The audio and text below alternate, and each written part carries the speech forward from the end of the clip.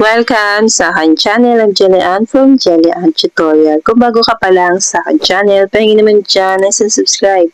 Hit mo na rin ang bell button para updated ka sa mga susunod ko pang i-upload. Hello mga ka-Jelly, for today's video about Chamet application ang ating topic. Dito sa video ko na to ay may mga nag-comment kung bakit daw po walang withdrawal method sa kanilang Chamet application. So, ginawa ko yung video ko na to kasi nga po, yung una kong upload about sa Jamit application ay may withdrawal method. So, ngayon po ay wala na. At sa mga hindi po kasi nakakaalam, ang mga earning app po kasi ay nag-update po yan. So, wala po tayong magagawa kung anong mabago dyan kasi nga gumagamit lang po tayo ng mga earning app. Dito sa video na to ay papaliwanag ko sa inyo kung bakit po walang withdrawal method sa Jamit application ninyo. Kaya kung interesado ka sa video na to, ay tapusin mo hanggang dulo. Dahil sasabihin ko sa iyo at ipapaliwanag ko sa iyo. Kasi sa mismong Jamit application po ako nagtanong kung bakit nga po walang withdrawal method. So sa mga gusto palang itry ang Jamit application, ay pwede naman po ninyong i-download. Ilalagay ko po sa comment section ng link para madiretso po kayo sa application na yan. Ayan po ay pwedeng ma-download sa Play Store at libre lang po yan, walang bayad. Meron na rin po akong in-upload dito sa aking YouTube channel ng proof ko na ako'y nakapag-withdraw na diyan sa Jamit application. So, dito yung aking Jamit. I-open ko ulit ito. So, matagal ko na siyang hindi na-open. Ngayon lang ulit para nga magawa natin ng tutorial. So, kasi nung last withdraw ko ay hindi na ulit ako naging active dito kay Jamit kasi naging busy ako sa iba pang earning app.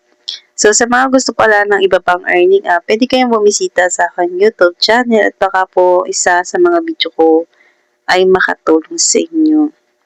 So, dito, yan. Ito po yung aking account. So, makikita po dito yung beans. So, ito po yung iipunin natin para tayo dito yung maka-withdraw sa Jamit. So, itong Jamit po ay kikita ka dito kapag sumagot ka ng call. At kapag tumagal yung usap nyo, ay mas maraming beans ang papasok sa yung account. So, meron naman po akong ginawang tutorial about dyan. Pwede nyo pong panoorin. Ilalagay ko na lang po sa comment section ng link para po malaman nyo po kung paano magsimula dito sa Jamit application. So, dito, itap natin itong beans na to, itong my beans. Ayan. Tapos, wait lang natin siyang mag-loading.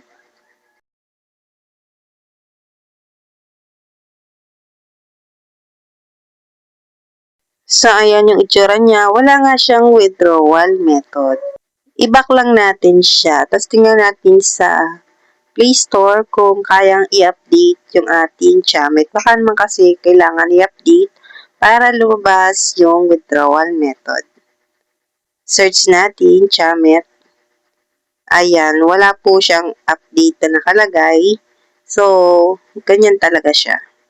Paano ba natin malaman kung bakit nga walang withdrawal method sa ating Jamit? So, madali lang yan.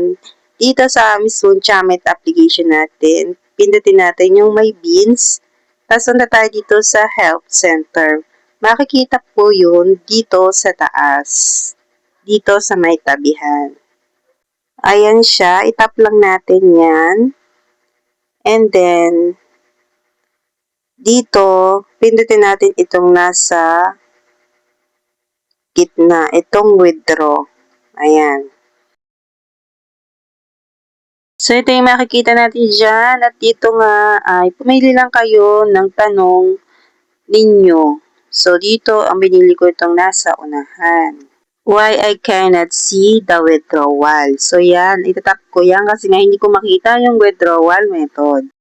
So, dito sasagutin tayo mismo ni Jamit application. Ayan. Meron na siyang sagot dyan. At ito siya. Ayan. Syempre, English yung sagot din niya.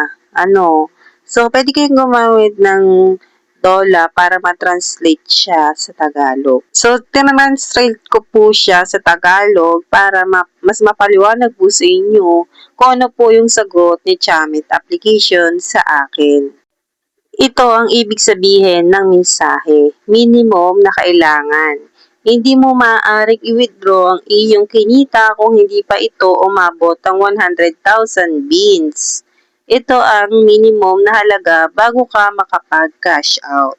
So, kailangan nga daw ng 100,000 beans para makapag-cash out. Kung naabot mo naman ang 100,000 beans, at kung pasok ka na daw sa requirements pero wala pa ring option para maka-withdraw, subukan mo daw isara ang application at buksan itong muli. Minsan daw mas naayos sa pag-refresh at or pag-restart ng app ang ganitong problema. So, yung kung halimbawa daw ay naabot mo na ang 100,000 beans, ay i-refresh mo lang daw or i-restart ang application. So, tanggalin mo siya dun sa naka-open sa yung cellphone o kaya mismong cellphone mo, i-restart mo, ganun, para mas maging okay. Kung halimbawa nga meron ka ng 100,000 beans, ay automatic na siguro lalabas yung withdrawal method. Kasi nakalagay dito sa number 1 ay hindi ka daw makaka-withdraw kapag daw walang 100,000 beans. Tapos dito sa number 2 ay kailangan mo daw i-refresh yung application para maging maayos. Minsan daw kasi sa ganoong paraan ay naayos yung problema. So, ganun lang ang reply sa akin ni Chamit. So, kung gusto niyo po magtanong na inyong problema sa buhay, ang problema kay Chamit, pwede po kayong pumunta sa help center. At sasagutin po niya yung mga tanong ninyo. So, dito lang nyo makikita yan. Dito sa may beans, itap nyo lang yung beans ninyo. Tapos, pag natap nyo yung beans ninyo, nasa taas yung help center. Tapos, ito naman yung lalabas dyan. Meron dito sa taas na top question.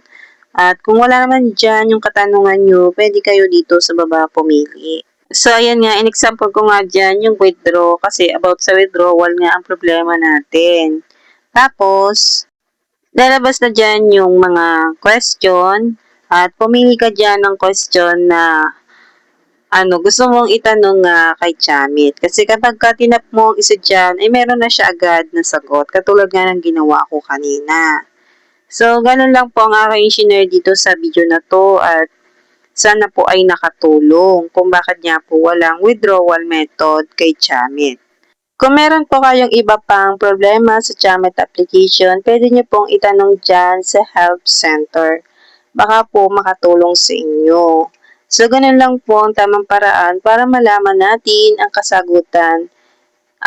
Dito mismo tayo tatanong or magtatanong kay Chamit application dito sa kanilang help center. So, yan lang po ang aking tutorial for today. Thank you for watching. Bye!